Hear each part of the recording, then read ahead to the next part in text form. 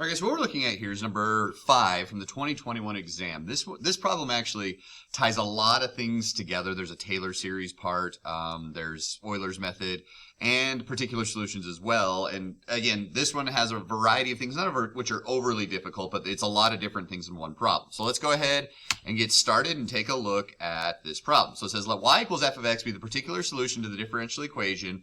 Then we have our derivative here. So far, so good. Looks like a normal particular solutions problem.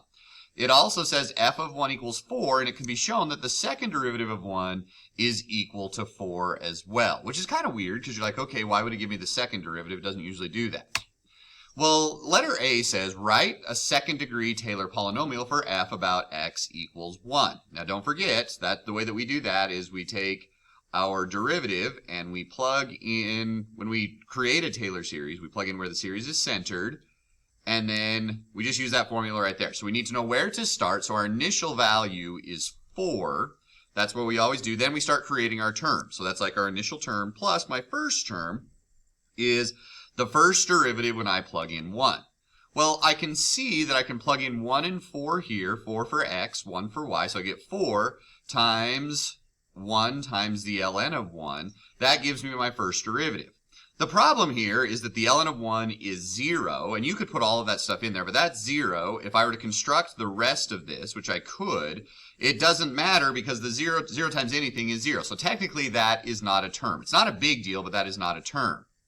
The second derivative about x equals 1 is, again, I need to plug 1 into the second derivative. Oh, it tells me that's 4 already. Then I get x minus 1 squared divided by 2 factorial.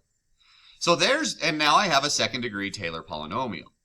Now it says I have to use that Taylor polynomial to approximate f of 2. Well, I don't need this term anymore, so it's just asking me to take 2 and plug it in where I see 1. So I'm going to get 4 plus 4 times 2 minus 1 is 1. 1 squared is 1. Divided by 2 factorial. 4 divided by 2 factorial is 2, so 4 plus 2 is equal to 6. So that is my answer for letter A. Again, a little bit different, but it wasn't overly difficult. Letter B, now we're using Euler's method. Euler's method starting at x equals 1 with 2 steps of equal size. We're going to use that to approximate f of 2. So I'm starting at 1, I'm going to x equals 2, so my delta x every single time is going to be 0.5.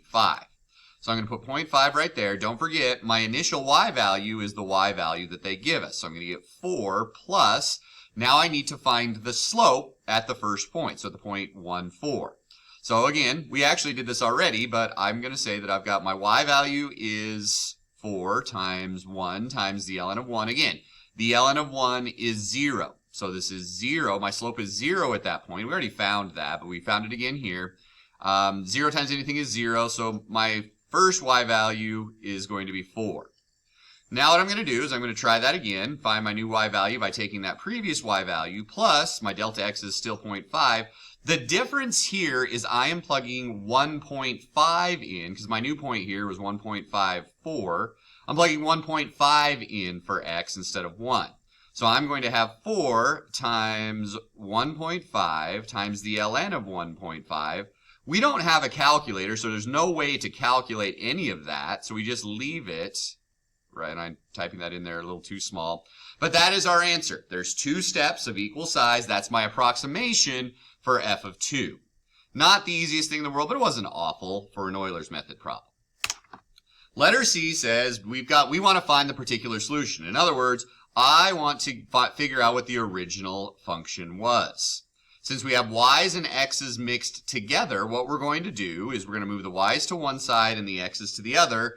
And then we are going to take the antiderivative of both sides. So on this side, that's pretty easy. I get the ln of the absolute value of y is equal to, and then you look at this, you're like, ah, crap. The reason why you say, ah, crap, is the only way to take the antiderivative of this is to use integration by parts. Now remember, when we use integration by parts, to choose our u, if we don't know the antiderivative of something, that is automatically what our u is. In this case, I don't know off the top of my head what the antiderivative of ln of x is, so that's going to be my u, which means my dv is going to be x. That means du is 1 over x, and v is going to be x squared divided by 2. Now don't forget, when we do integration by parts. The formula is uv minus the integral of v du. So I look at that, I'm like, okay, my u is the ln of x, my dv is x, or excuse me, my v is x squared over 2, minus the integral of v, which is x squared divided by 2, times du, which was 1 over x, and I have a dx on the end there. Well, I look and I say, oh, that's going to cancel out with 1 of that, and technically I can pull that 1/2 out front of the integral, so what I really have is 1/2 x dx. I can take the antiderivative of that pretty easily. That's x squared over 2, but there's already 1/2 out front, so I'm going to put x squared over 4. I have my plus c on the end, and there is my integration by parts. Now, we're not done with this problem yet because we still have to find out what c is. So I take my 1 and my 4 and I plug them in, so I get the ln of 4 is equal to the ln of 1 times 1/2, because 1 squared is 1, minus 1/4 plus c. Well, again, the ln of 1 is 0, so all of that goes away. I add the 1/4 over to the other side, so I get basically 1/4 plus the ln of 4 is equal to c.